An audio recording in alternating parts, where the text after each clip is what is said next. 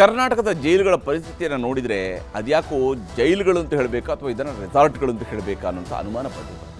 ಸರ್ಕಾರದ ಕಂಟ್ರೋಲ್ ತಪ್ತಾ ಇದ್ದಾವ ರಾಜ್ಯದ ಜೈಲುಗಳು ಅನ್ನುವಂತಹ ಪ್ರಶ್ನೆ ಈ ದೃಶ್ಯಗಳನ್ನು ಕಂಡಾಗ ಸಹಜವಾಗಿದೆ ಅನ್ನಿಸುವಂಥದ್ದು. ನಿಜಕ್ಕೂ ಸರ್ಕಾರದ ಕಂಟ್ರೋಲನ್ನು ತಪ್ಪಿ ಹೋಗ್ತಾ ಇದೆಯಾ? ಪರಪ್ಪನ ಅಗ್ರಹಾರದ ಬಳಿಕ ಕಲಬುರಗಿ ಜೈಲಾಯಿತು, ಕಲಬುರಗಿಯ ಬಳಿಕ ಈಗ ಬೆಳಗಾವಿಯ ಹಿಂಡಲ್ಗಾ ಜೈಲಲ್ಲಿ ಮೋಜು ಮಸ್ತಿ ಕಂಡು ಬರ್ತಾ ಇದೆ. ಕಲಬುರಗಿಯಲ್ಲಿ ಎಣ್ಣೆ, ಹಣ, ಹಿಂಡಲ್ಗಾದ ಜೈಲಲ್ಲಿ ಡ್ರಗ್ಸ್ ಹಾವಳಿ. ನೋಡಿ, ಭಾಳ ಆರಾಮಾಗಿ ಬರ್ತಾನೆ ಒಬ್ಬ ವ್ಯಕ್ತಿ ಆ ಜೈಲಿನ ಹೊರಭಾಗದಿಂದ ಎಸಿತಾನೆ. ಅದು ಡ್ರಗ್ಸ್ಗಳನ್ನು ಎಸೆದಿದ್ದಾನೆ ಅಂತ ಹೇಳಲಾಗ್ತಾ ಇದೆ. ಹಾಗೆ ಎಸೆದು ಓಡ್ ಹೋಗ್ತಾನೆ. ಅಂದರೆ ಅವ್ರಿಗೆ ಕ್ಲಿಯರ್ ಆಗಿರ್ತಕ್ಕಂಥ ಮೆಸೇಜ್ಗಳಿದ್ದಾವೆ, ಕ್ಲಿಯರ್ ಆಗಿ ಎಂಥ ಟೈಮಿಂಗ್ಗಳು ಗೊತ್ತಿದ್ದಾವೆ. ಆ ರಾತ್ರಿಯಲ್ಲಿ ಆತ ಎಸಿತಾನೆ ಅಂತ ಹೇಳಿದ್ರೆ ಆತನಿಗೆ ಖಂಡಿತ ಗೊತ್ತಿದೆ ಅಲ್ಲಿ ರಿಸೀವರ್ಗಳು ರೆಡಿ ಇದ್ದಾರೆ ಅಂತ ಹೇಳಿ. ಅಂದರೆ ಒಂದೋ ಫೋನ್ ಸಂಪರ್ಕ ಇರುತ್ತೆ, ಈ ರೀತಿಯಾಗಿ ಬಿಸಾಕಿ ಹೋಗ್ತಾರೆ. ಸುಖ ಸುಮ್ಮನೆ ಇರೋದಿಲ್ಲ. ಇದೇನು ಧರ್ಮಕ್ಕೆ ಸಿಗುವಂಥದ್ದಲ್ಲ, ಉಚಿತವಾದಂತಹ ಭಾಗ್ಯಗಳಲ್ಲ ಇವು. ಹಾಗಾದರೆ ಏನಾಯಿತು? ಹಿಂಡಲ್ಗಾ ಜೈಲಿನಲ್ಲಿ ಮಿತಿ ಮೀರಿರ್ತಕ್ಕಂತಹ ಡ್ರಗ್ಸ್ ಮತ್ತು ಮೊಬೈಲ್ನ ಹಾವಳಿ ಇಲ್ಲಿ ಸ್ಪಷ್ಟವಾಗಿ ಗೋಚರಿಸಿದೆ. ಈತ ಬಂದು ಈ ರೀತಿಯಾಗಿ ಎಸೆದು ಹೋಗ್ತಾನೆ ಅಂತ ಹೇಳಿದರೆ ಒಳಗಿನವ್ರಿಗೆ ಇನ್ಫಾರ್ಮೇಷನ್ ಇದ್ದೇ ಇರುತ್ತೆ, ಅದರ ಆಧಾರದ ಮೇಲೆ ಎಸಿತಾನೆ.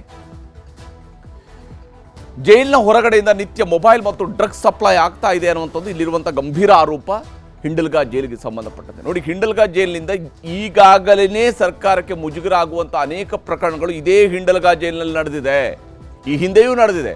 ಆದರೂ ಹಿಂಡಲ್ಗಾ ಜೈಲು ಸುಧಾರಿಸಿಲ್ಲ. ಜೈಲಿನ ಗೋಡೆಯ ಮೇಲಿಂದ ಮೊಬೈಲ್ ಮತ್ತು ಡ್ರಗ್ಸನ್ನು ಎಸಿತಾ ಇದ್ದಾರೆ ಕಿಡಿಗೇಡಿಗಳು. ಈ ರೀತಿಯಾಗಿ ಬಂದು ಇವರು ಎಸಿತಾ ಇದ್ದಾರೆ ಅಂತ ಹೇಳಿದರೆ ಇವರೇನು ಉಚಿತ ಸೇವೆ ಕೊಡುವಂಥವ್ರಂತೂ ಖಂಡಿತ ಆಗಿರಲಾರರು. ಇವರು ಯಾವುದೋ ಒಂದು ಉದ್ದೇಶಗಳಿದ್ದಾವೆ. ಇಲ್ಲಿ ಸಿಮ್ ಕಾರ್ಡ್, ಮಾದಕ ವಸ್ತುಗಳನ್ನು ಎಸೆದು ಕ್ಷಣಾರ್ಧದಲ್ಲಿ ಅಲ್ಲಿ ಪರಾರಿ ಆಗ್ತಾನೆ. ನಾವು ಇಲ್ಲಿ CC ಕ್ಯಾಮ್ರಾಗಳನ್ನು ಹಾಕಿರೋದ್ರ ಉದ್ದೇಶ ಏನು? ಯಾರನ್ನ ಮಾನಿಟರ್ ಮಾಡ್ತಾ ಇದೆ? ಡ್ರಗ್ಸ್ ಮತ್ತು ಮೊಬೈಲ್ ಹಾವಳಿ ತಡೆಯೋದಕ್ಕೆ ಪೊಲೀಸರು ಮತ್ತು ಜೈಲು ಸಿಬ್ಬಂದಿ ಹರಸಾಹಸ ಪಡ್ತಾ ಇದ್ದಾರೆ. ಆದರೆ ಈ ರೀತಿಯಾಗಿ ಬಂದು ಎಸೆದು ಹೋಗ್ತಾ ಇದ್ದಾರೆ ಅಂತ ಹೇಳಿದರೆ ಏನು ಅಲರ್ಟ್ ಆಗ್ತಾ ಇದ್ದಾರೆ ಅಂತ ಹೇಳಿ. ಬೆಂಗಳೂರಿನ ಪರಪ್ಪನ ಅಗ್ರಹಾರ ಜೈಲಲ್ಲಿ ನೋಡಿದ್ವಿ ಹೇಗೆ ಉಗ್ರಗಾಮಿ ಚಟುವಟಿಕೆಗಳಲ್ಲಿ ಭಾಗಿಯಾಗಿರ್ತಕ್ಕಂಥ ವ್ಯಕ್ತಿಯೇ ಬಹಳ ಆರಾಮಾಗಿದ್ದಾನೆ. ಒಬ್ಬ ವಿಕೃತ ಕಾಮಿ, ಅನೇಕರನ್ನು ಕೊಂದಿರ್ತಕ್ಕಂತಹ ವ್ಯಕ್ತಿ ಬಹಳ ಆರಾಮಾಗಿದ್ದಾನೆ. ಈ ಸ್ವರೂಪದಲ್ಲಿ ನಮ್ಮ ಜೈಲುಗಳಿದ್ದರೆ ಏನು ಕತೆ? ನಟೋರಿಯಸ್ ಕ್ರಿಮಿನಲ್ಗಳು ಇರೋ ಹಿಂಡಲ್ಗಾ ಸೆಂಟ್ರಲ್ ಜೈಲಿನಲ್ಲಿ ನೋಡಿ ಈ ರೀತಿಯಾಗಿ ಬಂದು ಎಸೆದು ಹೋಗ್ತಾರೆ.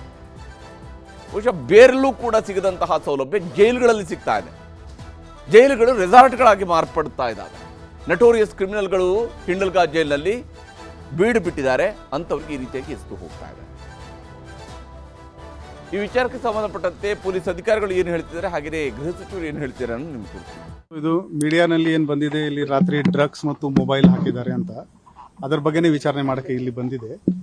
ಆ ವಿಡಿಯೋ ಡೇಟ್ ಟೈಮ್ ಏನಿದೆ ಅದು ಇವರಿಗೆ ನಮ್ಮ industrial security force outer video maintain ಮಾಡ್ತಾ ಇದ್ರೆ ಅಲ್ಲಿ ನಾವು ಚೆಕ್ ಮಾಡ್ತಾ ಇದ್ದೀವಿ.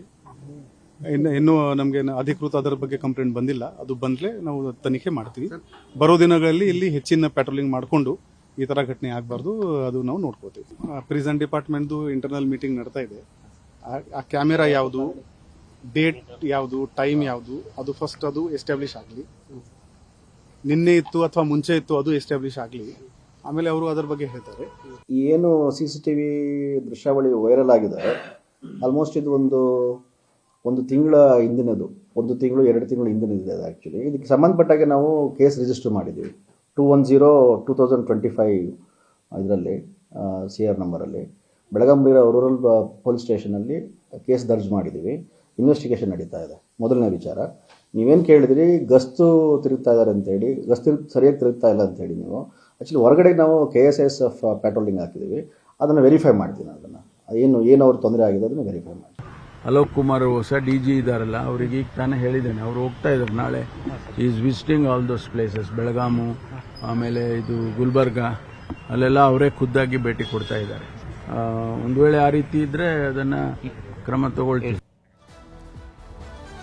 ಹೀಗೆ ಇಲ್ಲಿ ಅಧಿಕಾರಿಗಳು ಹೇಳ್ತಾ ಇರುವಂಥ ಮಾತು ಮತ್ತು ಗೃಹ ಸಚಿವರು ಕೊಡ್ತಾ ಇರುವಂಥ ಸ್ಪಷ್ಟನೆಯನ್ನು ನಾವು ಗಮನಿಸ್ತಾ ಇದ್ವಿ. ಕಲಬುರಗಿ ಸೆಂಟ್ರಲ್ ಜೈಲಲ್ಲೂ ಕೂಡ ಇಲ್ಲಿ ಎಣ್ಣೆ, ಮೊಬೈಲು, ಡ್ರಗ್ಸ್ಗಳ ಹಾವಳಿ ನಿಂತಿಲ್ಲ.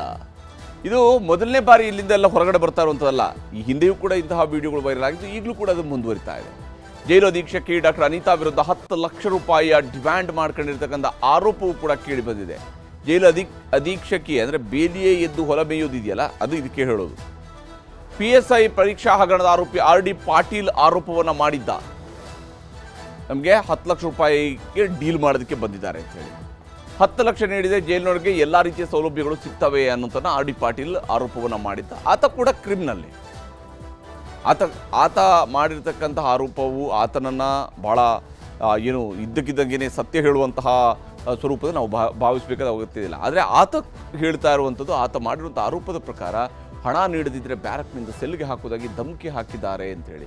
ಆದರೆ ಆ ಆರೋಪವನ್ನು ಪುಷ್ಟೀಕರಿಸುವಂತಹ ರೀತಿಯಲ್ಲಿ ಅಲ್ಲಿ ಹಣ, ಅಲ್ಲಿ ಡ್ರಗ್ಸು, ಅಲ್ಲಿ ಸಿಗರೇಟು ಇವೆಲ್ಲವೂ ಕೂಡ ಗೋಚರಿಸ್ತಾ ಇದ್ದಾವೆ. ಜೈಲು ಅಧೀಕ್ಷಕಿ ಡಾಕ್ಟರ್ ಅನಿತಾ ವಿರುದ್ಧ RD ಪಾಟೀಲ್ ಸ್ಫೋಟಕ ಆರೋಪಗಳನ್ನು ಈಗಾಗಲೇ ಮಾಡಿದ್ದಾನೆ. ಕಳೆದ 3 ವರ್ಷಗಳಿಂದ RD ಪಾಟೀಲ್ ಜೈಲಿನಲ್ಲಿದ್ದಾನೆ. ಆತ ಆರೋಪವನ್ನು ಮಾಡಿದ್ದಾನೆ. RD ಪಾಟೀಲನ್ನು ಬೇರೆಡೆಗೆ ಸ್ಥಳಾಂತರಕ್ಕೆ ಜೈಲು ಅಧೀಕ್ಷಕಿ ಡಾಕ್ಟರ್ ಅನಿತಾ ಪತ್ರವನ್ನು ಬರೆದಿದ್ದರು. ಈ ಪತ್ರದ ಹಿನ್ನೆಲೆಯಲ್ಲೂ ಕೂಡ ಈತ ಈ ಆರೋಪವನ್ನು ಮಾಡಿದ್ದ. RD ಪಾಟೀಲ್ ಆರೋಪದ ಬೆನ್ನಲ್ಲೇ ಕೈದಿಗಳ ಹೈಫೈ ಲೈಫ್ನ ವಿಡಿಯೋ ಕೂಡ ವೈರಲ್ ಆಗಿದೆ. ಕನಿಷ್ಠ ಜೈಲಿನ ಒಳಗಡೆ ಏನು ನಡೀತಾ ಇದೆ ಅನ್ನೋಂಥದ್ದು ಹೊರ ಜಗತ್ತಿಗೆ ಗೊತ್ತಾಗಿದೆ ಈ ವಿಡಿಯೋ ವೈರಲ್ ಮೂಲಕ. ಬ್ರ್ಯಾಂಡೆಡ್ ಎಣ್ಣೆ ಹೊಡಿತಾ ಸಿಗರೇಟ್ ಸೇರ್ತಾ ಇರುವಂತಹ ವಿಡಿಯೋ ವೈರಲ್ ಆಗಿರುವಂಥದ್ದು. ಆರಾಮಾಗಿ ಭಾಳ ಆರಾಮಾಗಿದ್ದಾರೆ ಜೈಲಿನಲ್ಲಿರುವಂಥವರು. ಯಾವುದೇ ರೀತಿಯ ಕಷ್ಟ ಇಲ್ಲ, ಭಾಳ ಆರಾಮಾಗಿದ್ದಾರೆ. ದುಡ್ಡು ಒಂದಿದ್ದರೆ ದುನಿಯಾದಲ್ಲಿ ಏನು ಬೇಕಿದ್ರು ಸಿಗುತ್ತೆ ಅನ್ನೋದಕ್ಕೆ ಇದೇ ಉದಾಹರಣೆಯ ರೀತಿಯಲ್ಲಿ ನಮ್ಮ ಕಣ್ಣ ಮುಂದೆ ಇರುವಂಥದ್ದು. ವಿಡಿಯೋ ವೈರಲ್ ಬೆನ್ನಲ್ಲೇ ಪೊಲೀಸರು ಮತ್ತು ಸಿಬ್ಬಂದಿ ಜೈಲು ರೇಡ್ ಮಾಡಿದ್ದಾರೆ. ಇದು ಹೆಂಗಂತ ಹೇಳಿದ್ರೆ, ವಿಡಿಯೋ ವೈರಲ್ ಆದರೆ ರೇಡ್ ಆಗುತ್ತೆ, ವಿಡಿಯೋ ವೈರಲ್ ಆಗದೇ ಇದ್ದರೆ ಯಾರಿಗೂ ಗೊತ್ತಾಗೋದಿಲ್ಲ. 1 ತಿಂಗಳ ಹಿಂದೆ ಕೇಸ್ ರಿಜಿಸ್ಟರ್ ಮಾಡ್ಕೊಂಡಿದ್ದೀವಿ ಅಂತ ಹೇಳಿದರು. ಆದರೆ ಹಿಂಡಲ್ಗ ಜೈಲಿನಲ್ಲಿ ಇದು ನಿಂತಿದೆಯಾ ಅಂತ ಹೋಗಿ ಹುಡುಕಿದರೆ ಖಂಡಿತವಾಗ್ಲೂ ಕೂಡ ನಿಂತಿರೋಕ್ಕೆ ಸಾಧ್ಯನೇ ಇಲ್ಲ ಅನ್ನೋಂಥ ಪರಿಸ್ಥಿತಿ ಗೋಚರಿಸ್ತಾ ಇದೆ. ಹಾಗಾದರೆ ಜೈಲುಗಳಲ್ಲಿ ಇಡೋದು ಯಾಕೆ? ಅದರ ಬದಲಿಗೆ ರೆಸಾರ್ಟ್ಗಳಲ್ಲಿ ಆದರೂ ಇಡ್ಬೋದಲ್ಲ, ಅವ್ರದ್ದೇ ಖರ್ಚಿನಲ್ಲಿ. ಇಲ್ಲಿ ಯಾರಿಗೋ ದುಡ್ಡು ಕೊಟ್ಟು ಅವ್ರನ್ನ ಜೈಲಿನಲ್ಲಿ ಇಟ್ಟು ನಾವು ಜೈಲಲ್ಲಿ ಇಟ್ಟಿದ್ದೀವಿ ಅಂತೇಳಿ ತೋರಿಸ್ಕೊಳ್ಳೋ ಬಂದಿಗೆ ಅದು ರೆಸಾರ್ಟ್ಗಳಲ್ಲಿ ಅವರೇ ಪೇಮೆಂಟ್ ಮಾಡ್ಕೊಂಡು ರೆಸಾರ್ಟಲ್ಲಿ ಇಡೋದು ಬೆಸ್ಟ್ ಅಲ್ವಾ ಸರ್ಕಾರ? ಯಾವ ಕಾರಣಕ್ಕಾಗಿ ಜೈಲುಗಳನ್ನು ಸುಧಾರಿಸೋದು ಯಾವಾಗ ಅನ್ನುವಂತಹ ಮೂಲ ಪ್ರಶ್ನೆಗೂ ಕೂಡ ಉತ್ತರ ಸಿಗಬೇಕಾಗಿದೆ.